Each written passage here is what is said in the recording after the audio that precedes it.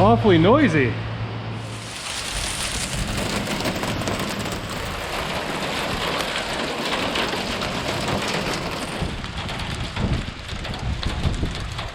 Guys, welcome back to the shop. As you can tell outside, it's hailing, and it's been raining and snowing and a bunch of other things, and the ground is pretty much saturated, and I haven't had a chance to get this thing out to the sandblaster and get it sandblasted. It's all outside and I can't even drive through the yard right now. So the Model A body is still sitting here, but that's all right because the ground is finally starting to dry up, and very soon we'll be able to get this done. I'm hoping this weekend, but got a little bit of time tonight, so tonight we're going to focus on the chassis. So basically we're going to blow this entire thing apart tonight. I want to get the engine out, get the engine on a stand. I want to strip every nut and bolt right out of this thing and get the chassis, the wishbones, and any other parts that I can throw in the back of the truck tonight, along with the body, all ready to go because, like I said, if I can sandblast this weekend, I'd like to do it all in one big shot. Another thing as we go through, I'm going to inspect a few things like the brakes. We'll start taking that stuff apart. Not sure how far tonight. Maybe I'll just leave the axles here for now and inspect those later. I can always blast them later, or maybe at a bare minimum, at least just pull the brakes, spindles and everything off the front axle, and then I can sandblast the axle when we do the rest of the stuff. But we'll inspect a few things along the way too as we're going here. I know I did notice one crack in the frame the other day over here somewhere. Where was it?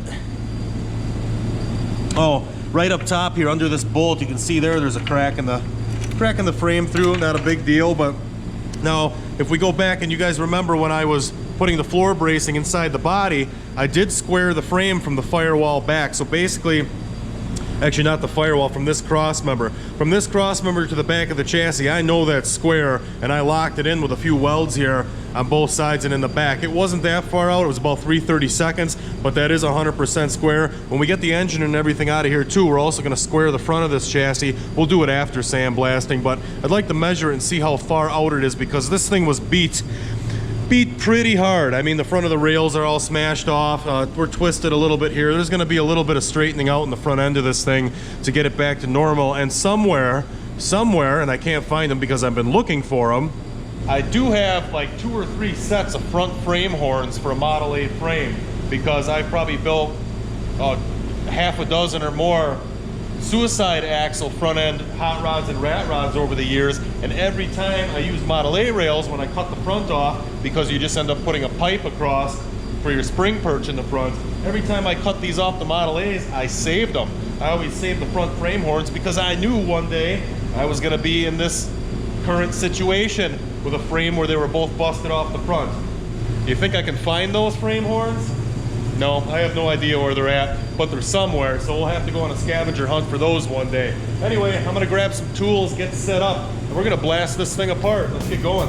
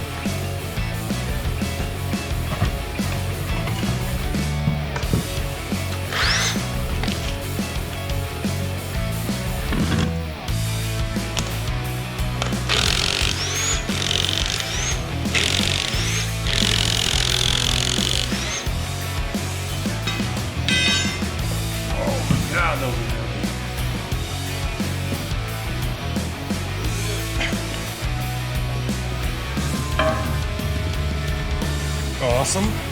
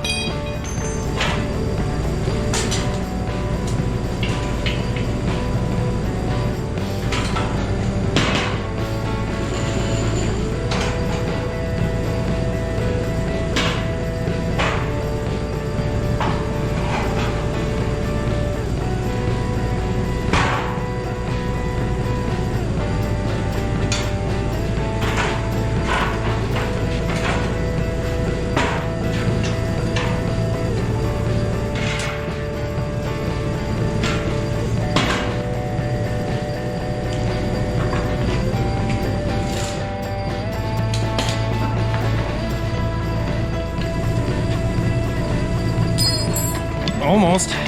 There we go. Cool. A little keyway fell out.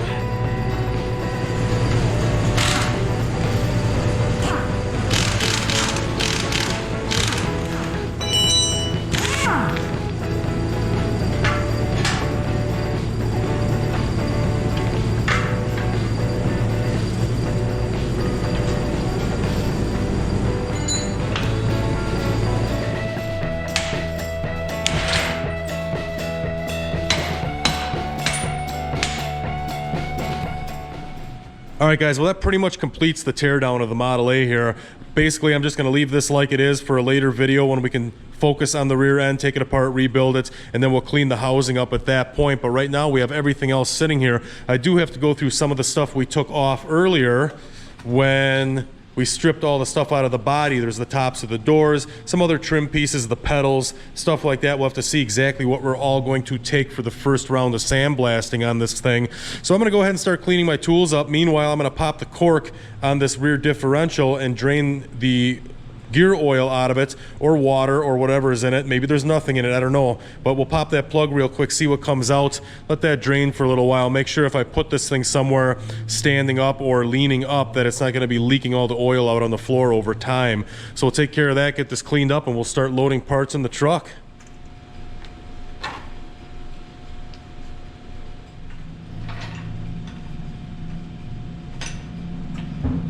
Well, this is how much gear oil actually came out of that rear diff. I don't know, 5 or 6 ounces maybe? Not much, but I can tell you one thing, it does look pretty clean.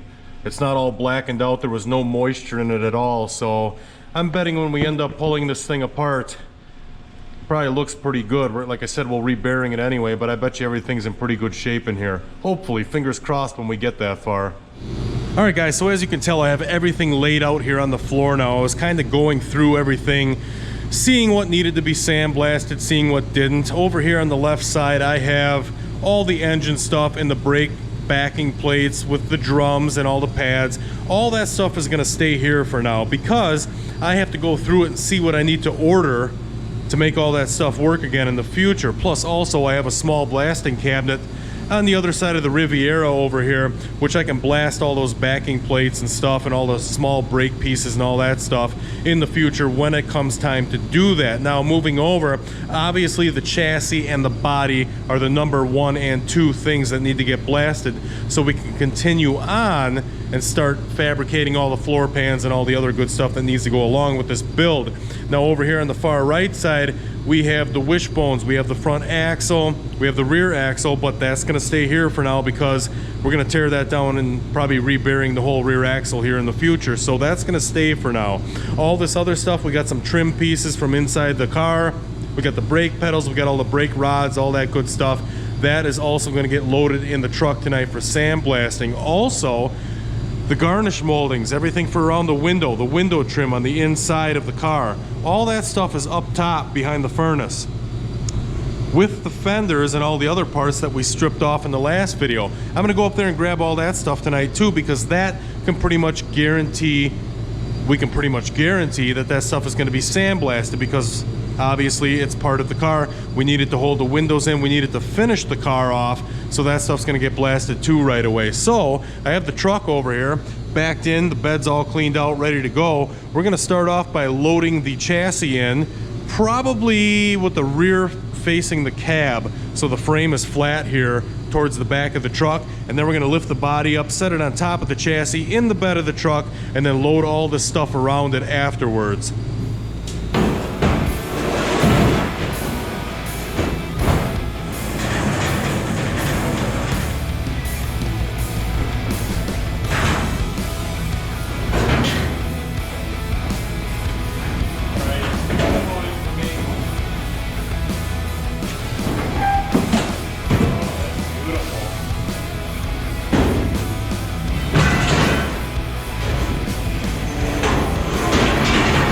Everything around the windows, the garnish moldings for the rear quarters and the rear window, grab that stuff. It should be right at the end of the fenders there.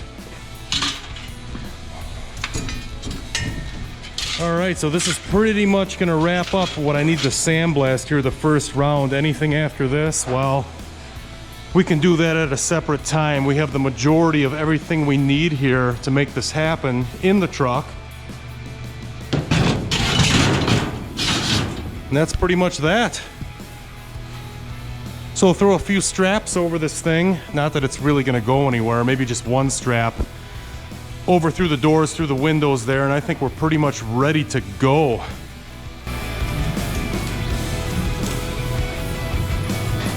I don't think that's going anywhere.